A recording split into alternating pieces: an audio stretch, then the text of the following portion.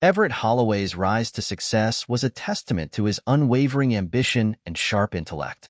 Born to middle-class parents, he had always possessed a keen understanding of numbers and a drive to prove himself.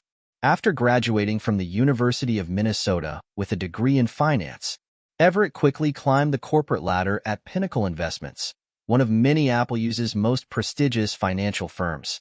By the age of 35, Everett had become the youngest partner in the firm's history, known for his shrewd investment strategies and ability to close even the most challenging deals. His corner office on the 40th floor of the Pinnacle Tower offered a panoramic view of the city he had conquered, a daily reminder of how far he had come. Colleagues described Everett as brilliant, but ruthless, a man who would stop at nothing to achieve his goals. Alana Holloway had once harbored dreams as vivid and colorful as the canvases she loved to paint.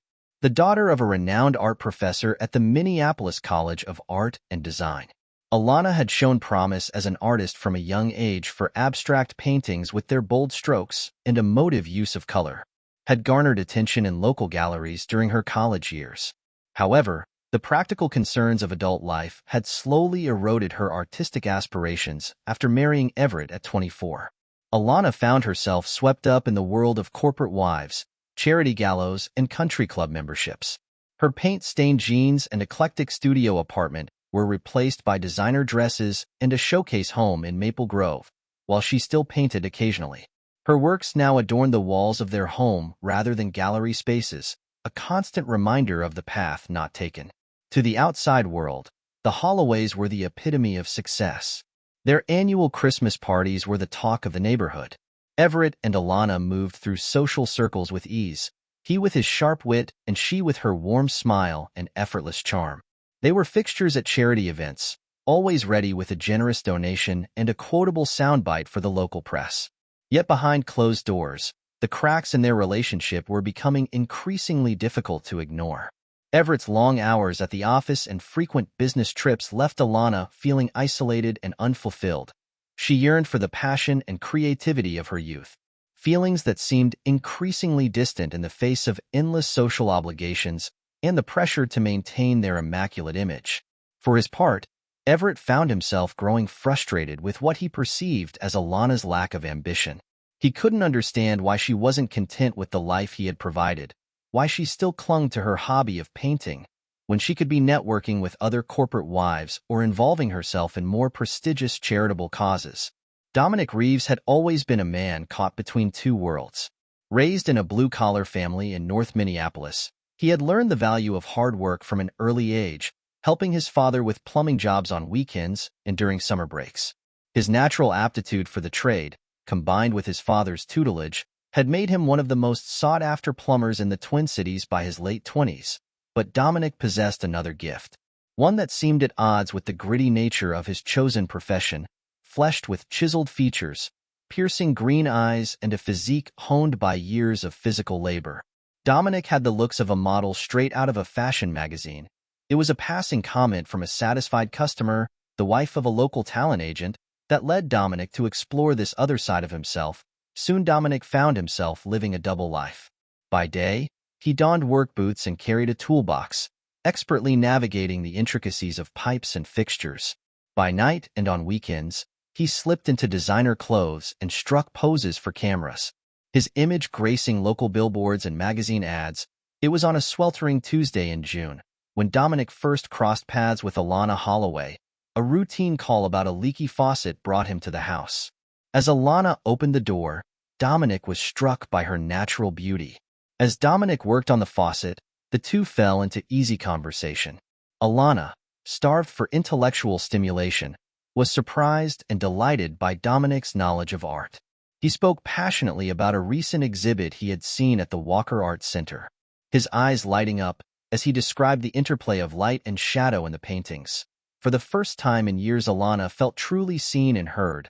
As Dominic packed up his tools, their eyes met, and a spark of connection passed between them.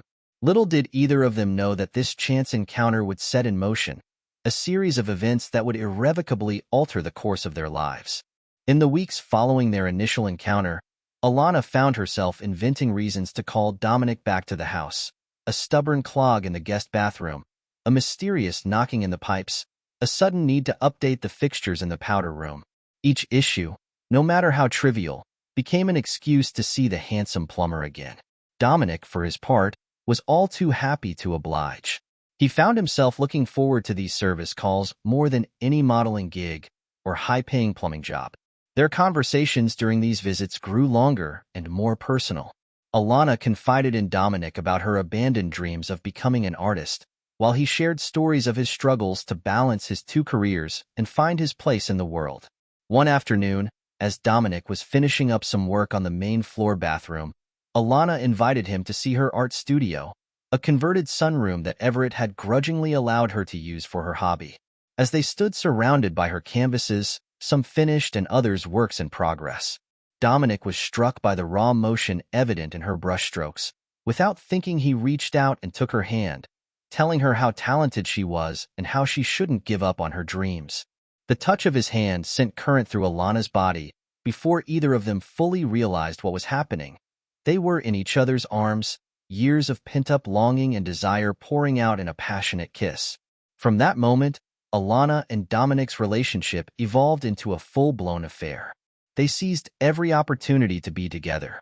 Their encounters a heavy mix of physical passion and emotional connection.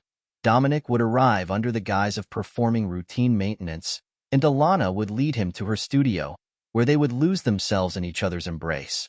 As the weeks turned into months, their relationship deepened.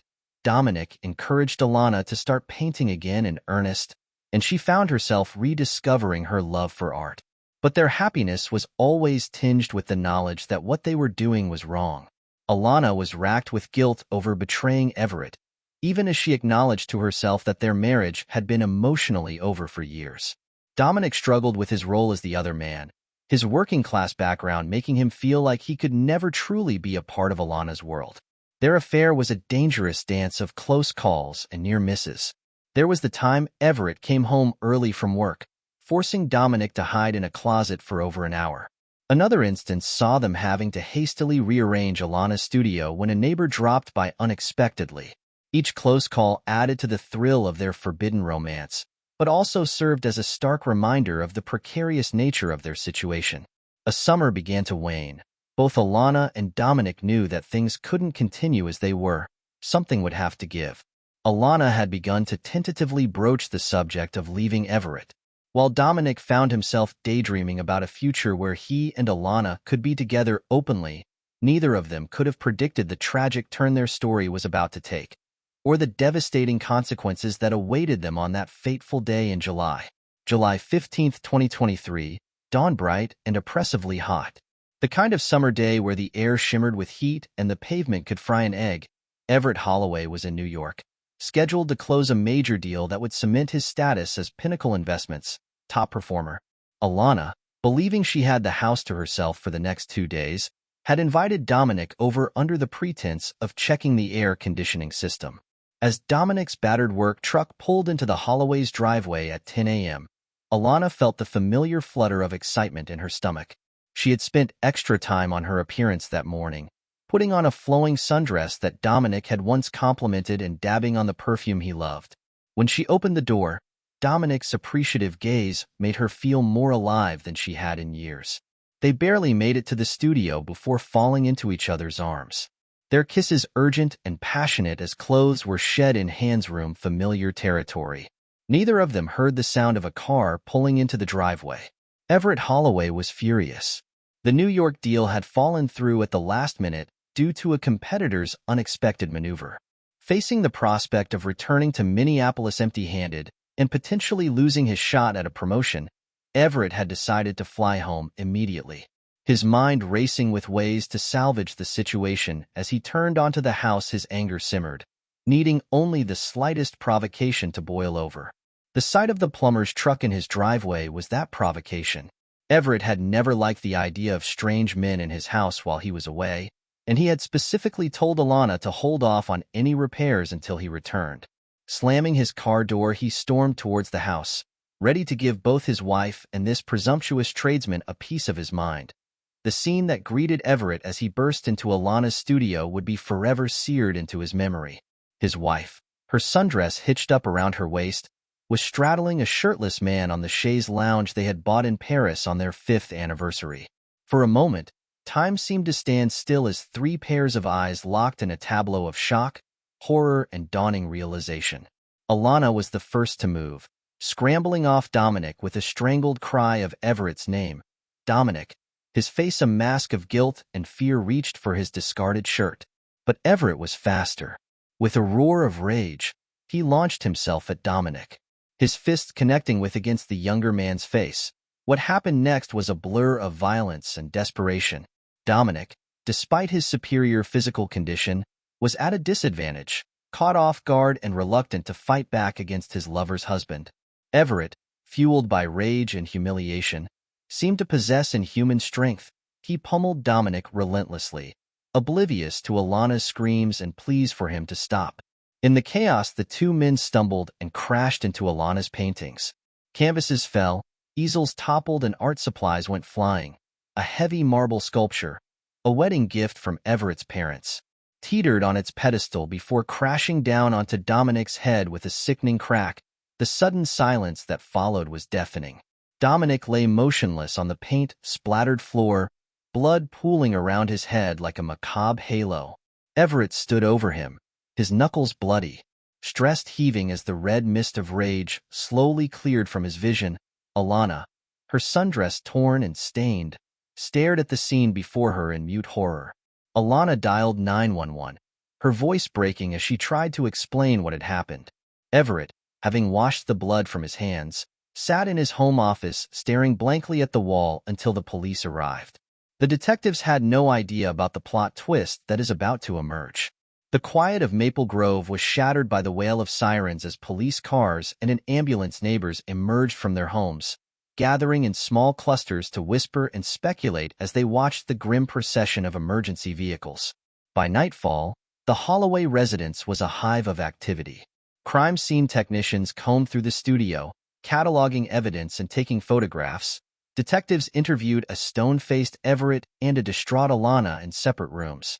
And in the center of it all, Dominic Reeves' body lay covered by a sheet, waiting to be transported to the medical examiner's office. The days following the incident were a whirlwind of police activity and neighborhood gossip. Detective Lionel Ortiz, a veteran of the police department's homicide unit, was assigned as the lead investigator on the case, known for her meticulous attention to detail and unwavering dedication to the truth. Ortiz approached the Holloway case with a determination to uncover every facet of the tragic event as she pieced together the timeline of that fateful day. Ortiz found herself faced with a complex web of conflicting statements and circumstantial evidence. The 911 call made by Alana at 11:23 a.m. was brief and hysterical. With the distraught woman barely able to articulate what had happened, Everett's call, placed just 2 minutes later, was eerily calm as he reported an accident at his home. Neighbor testimonies painted a picture of an ordinary summer morning suddenly disrupted. Beatrice Lundquist, the 78-year-old retiree who lived across the street, reported seeing Dominic's truck arrive around 10 a.m., noting that it wasn't unusual as the handsome plumber had been a frequent visitor over the past few months. It was Beatrice who also witnessed Everett's unexpected return, remarking on his aggressive driving as he pulled into the driveway. Another neighbor was mowing his lawn when he heard what he described as a commotion coming from the Holloway residence. While he couldn't make out specific words, he recalled hearing a man's angry shouts and a woman's screams. Terrified, he had retreated into his house and debated calling the police before the sirens announced their arrival. The crime scene itself was a study in chaos. The once pristine studio was now a jumble of overturned furniture, shattered art pieces, and splattered paint. Flood spatter analysis indicated a violent struggle, with Dominic's blood found not only around his body, but also on several surfaces throughout the room. Post-dating was the marble sculpture, its base stained red, which the medical examiner would later confirm as the weapon that delivered the fatal blow. Lana, still in shock, provided a fragmented account of the events. She admitted to the affair with Dominic, but insisted that Everett's attack was unprovoked and that she had begged him to stop. Her torn dress and bruised arms seemed to corroborate a struggle, though it was unclear whether these injuries came from Everett or from her attempts to intervene in the fight. Everett, on the other hand, maintained a stance of self-defense. In his statement, He claimed to have found Dominic attacking Lana and had intervened to protect his wife. He expressed remorse for Dominic's death, but insisted he had only been trying to subdue the younger man. However, the lack of defensive wounds on Everett and the extent of Dominic's injuries cast doubt on this version of events. The autopsy report, delivered 3 days after the incident, provided grim details of Dominic's final moments. In addition to the fatal wound, his body showed evidence of multiple blunt force traumas consistent with a severe beating. The report also noted defensive wounds on Dominic's arms and hands, suggesting he had tried to protect himself from the onslaught. As Detective Ortiz dug deeper, she uncovered a trail of text messages and emails between Lana and Dominic, documenting the evolution of their relationship from innocent flirtation to full-blown affair. Financial records showed a series of cash withdrawals from Lana's personal account, coinciding with dates of Dominic's visits, hinting at possible payments for services beyond plumbing. With each new piece of evidence, the case against Everett Holloway grew stronger, yet Ortiz couldn't shake the feeling that there was more to the story than a simple crime of passion. As she prepared to present her findings to the district attorney, the seasoned detective knew that this case would be far from straightforward, and that the truth, when finally revealed, might be more complex and disturbing than anyone in Maple Grove could have imagined. Everett was charged with second-degree murder, a decision that sparked debate among legal experts. Some argued that the charge should have been first-degree murder, given the brutal nature of the attack. Others contended that the circumstances warranted a lesser charge of manslaughter. District Attorney Clarissa Nguyen defended the decision, stating that the charge reflected both the severity of the crime and the heat-of-the-moment nature of the confrontation. Everett's defense team, led by attorney Jerome Hoffman, crafted a narrative of a loving husband driven to temporary insanity by the shock of his wife's betrayal. They planned to argue that Everett had acted in the heat of passion, a strategy aimed at reducing the charges to manslaughter. Alana found herself in an impossible position. As the only witness to the crime, her testimony would be crucial.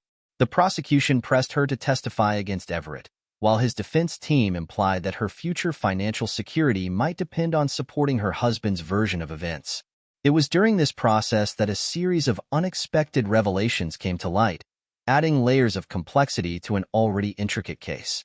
The first bombshell dropped when an anonymous tip led Detective Ortiz to dig into Dominic Reeves' past.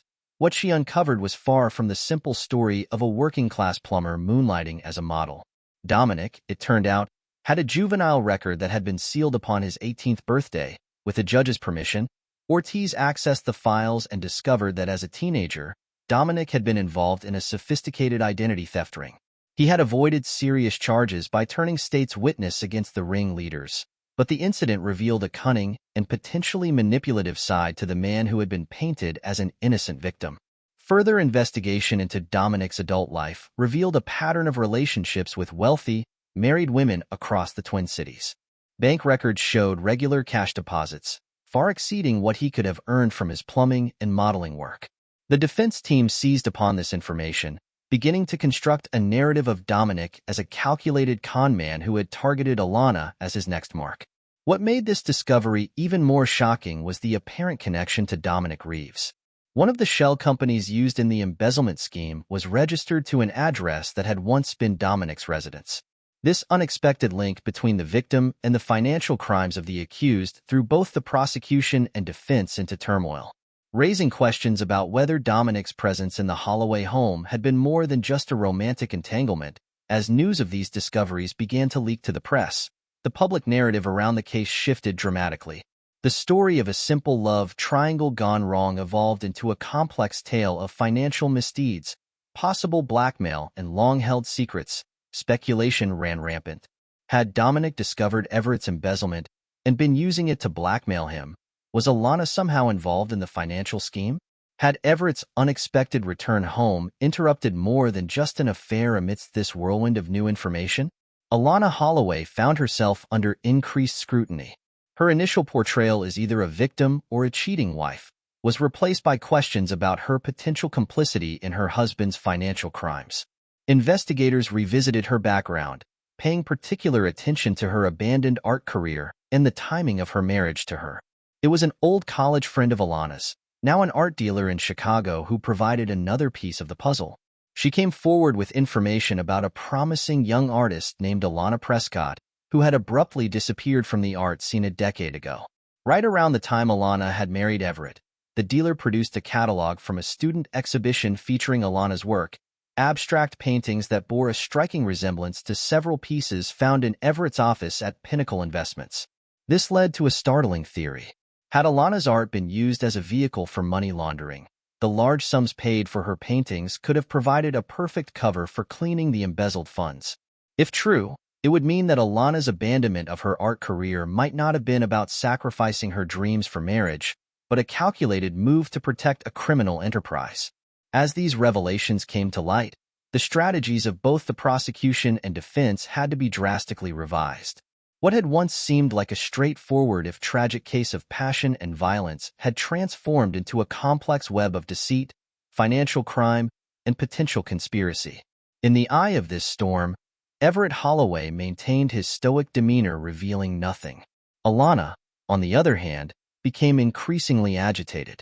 The composed facade crumbling under the weight of the accusations and insinuations, and hovering over it all was the specter of Dominic Reeves, the charismatic plumber whose death had set this entire chain of events in motion, and whose true role in the Holloway saga remained shrouded in mystery. As the trial approached, one thing became clear: the truth, when finally revealed in the courtroom, would be far stranger and more shocking than anyone could have imagined. The trial of Everett Holloway began on a crisp autumn morning. The courthouse steps crowded with reporters and curious onlookers. Inside, the tension was palpable as Judge Miranda Flores called the court to order. The prosecution, led by D.A. Nguyen, opened with a powerful statement, painting Everett as a man driven to violence by his need for control, both in his personal life and his financial dealings. Bernie Hoffman countered with a narrative of Everett as a victim himself, of betrayal by his wife and of manipulation by the deceased Dominic Reeves. He hinted at revelations that would shed new light on the events leading up to that fatal day in July. As the trial progressed, a parade of witnesses took the stand. Forensic experts detailed the brutal nature of the attack on Dominic, while financial analysts unraveled the complex web of Everett's alleged embezzlement scheme. Former colleagues from Pinnacle Investments spoke of Everett's ruthless business practices in volatile temper. The testimony of Alana Holloway was highly anticipated, and it did not disappoint. Over 2 grueling days on the stand, Alana's composed exterior crumbled as she was confronted with evidence of her potential involvement in the financial crimes. In a dramatic moment, she broke down and admitted to using her art to launder money, but insisted that she had been coerced by Everett, painting a picture of a controlling and abusive relationship. The defense's cross-examination was equally intense, forcing Alana to admit to her affair with Dominic and suggesting that she had been aware of his criminal past.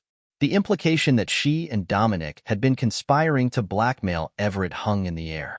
Unanswered, after 3 days of intense deliberation, the jury returned with their verdict. Everett Holloway was found guilty of second-degree manslaughter in the death of Dominic Reeves, a lesser charge than the prosecution had sought. Additionally, he was convicted on multiple counts of embezzlement and money laundering. The judge sentenced him to 15 years in prison, with the possibility of parole after 10 years. Alana Holloway, in a separate trial, pleaded guilty to lesser charges of financial fraud and received a suspended sentence in probation. He left Maple Grove shortly after, her whereabouts unknown to her former neighbors. The aftermath of the trial left the community of Maple Grove shaken. The picture-perfect facade of suburban life had been irreparably cracked, revealing the complex and often dark realities that can lurk behind closed doors. As for the truth about what really happened that fateful day in July, it remained elusive.